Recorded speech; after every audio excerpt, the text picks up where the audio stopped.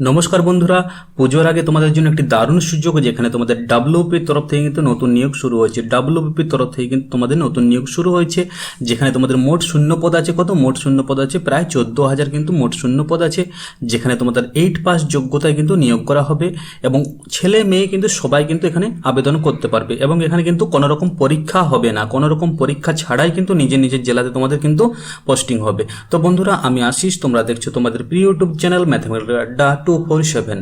আমার চ্যানেলে যারা নতুন আছো তারা অবশ্যই চ্যানেলটিকে সাবস্ক্রাইব করে পাশে থাকা বেল আইকনটি অন করে দেবে এবং এই মুহূর্তে ভিডিওটা যারা দেখছো তারা অবশ্যই ভিডিওটিতে লাইক, শেয়ার এবং কমেন্ট করতে ভুলবে না। আমি এখন সরাসরি চলে যাব মূল প্রতিবেদনে। তো বন্ধুরা, তোমাদের এখানে মোট শূন্য পদ আছে, মোট শূন্য পদ আছে 14,000 মোট শূন্য পদ আছে। এখানে প্রত্যেকটি থানাতে তোমরা কিন্তু আবেদন করা হবে, প্রত্যেকটা থানাতে তোমরা কিন্তু নিয়োগ করা হবে। যেখানে দেখো থানার নাম দেওয়া আছে 12/7 পিডি, যেখানে 400টি শূন্য পদ আছে। তারপর দেখো বঙ্গান্ন থানাতে আছে 200টি শূন্য পদ। এরকমভাবে কিন্তু তোমাদের প্রত্যেকটি থানাতে কিন্তু শূন্য পদ আছে, তোমাদের কিন্তু প্রত্যেকটি থানাতে কিন্তু শূন্য পদ আছে। তোমরা দেখতে পাচ্ছ তোমাদের কিন্তু প্রত্যেকটি থানাতে কিন্তু শূন্য পদ আছে, শিলিগুড়ি প্রত্যেকটি থানাতে কিন্তু তোমাদের শূন্য পদ আছে।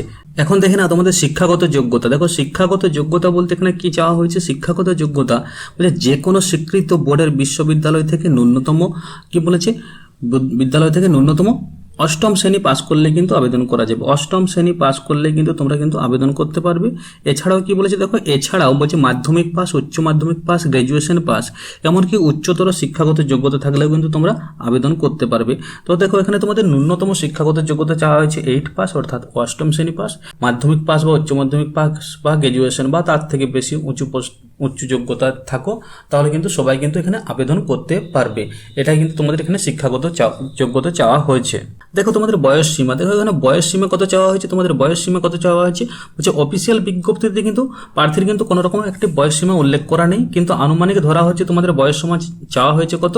18 বছর থেকে আবেদন করা যাবে এবং সর্বোচ্চ 40 বছর কিন্তু তোমাদের বয়স হতে হবে। 18 বছর থেকে 40 বছর বয়সের মধ্যে যারা আছো তারা কিন্তু সবাই কিন্তু এখানে আবেদন করতে পারবে। 18 থেকে 40 বছর, যেখানে তোমরা SC ST যারা ওবিসি আছো তারা কিন্তু বয়সের একটা ছাড় পেয়ে যাবে, যেটা সরকারি রুল অনুযায়ী আছে। এখানে তোমাদের অফিসিয়ালি যে বিজ্ঞপ্তি আছে সেখানে কিন্তু কোনো রকম বয়সের কিন্তু কথা বলা নেই বা উল্লেখ করা নেই। দেখো আবেদন পদ্ধতি কি বলছে, আবেদন প্রক্রিয়াটি কি বলেছে দেখো, আবেদন প্রক্রিয়া হচ্ছে অফিসিয়াল বিজ্ঞপ্তির সাথে কোনো রকম আবেদন ফর্ম দেওয়া নেই।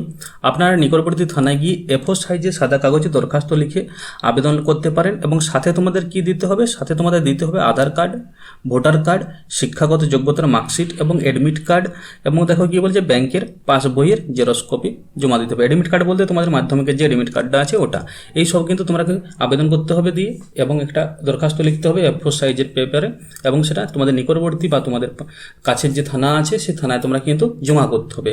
এবং দেখো নিয়োগ প্রক্রিয়া কি আছে, দেখো নিয়োগ প্রক্রিয়া গিয়েছে এখানে কোনো রকম লিখিত পরীক্ষা কিন্তু হবে না বা ইন্টারভিউ নেওয়া হবে না। বলছে জরুরি ভিত্তিতে নিয়োগ করা হচ্ছে, তাই বলছে শারীরিক সক্ষমতা যাদের ভালো আছে তারা সরাসরি কিন্তু এখানে কিন্তু নিয়োগ করা হবে।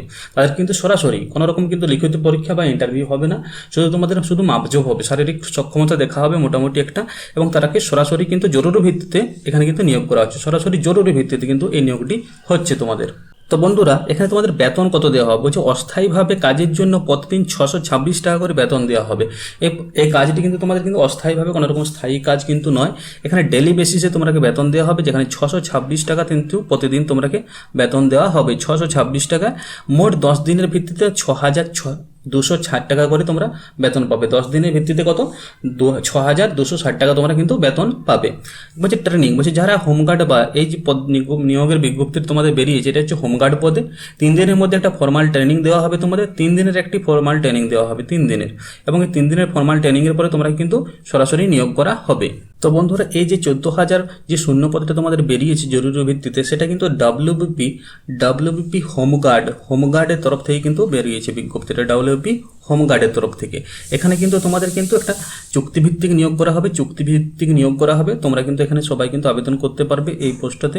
এখানে তুমি ডাব্লিউপি অর্থাৎ পশ্চিমবঙ্গ পুলিশ বা সরকারের তরফ থেকে একটি হোমগার্ড পদে তোমাদের কিন্তু নিয়োগের বিজ্ঞপ্তি জারি হয়েছে, যেটা কিন্তু পুজোর জন্য কিন্তু জরুরি ভিত্তিতে নিয়োগের বিজ্ঞপ্তি জারি হয়েছে। তোমরা যদি আবেদন করতে চাও, যে ক্রাইটেরিয়াগুলো আমি বললাম বা যে ডকুমেন্টসগুলো বললাম সেগুলো নিয়ে তোমরা কিন্তু নিকটবর্তী থানায় যোগাযোগ করো।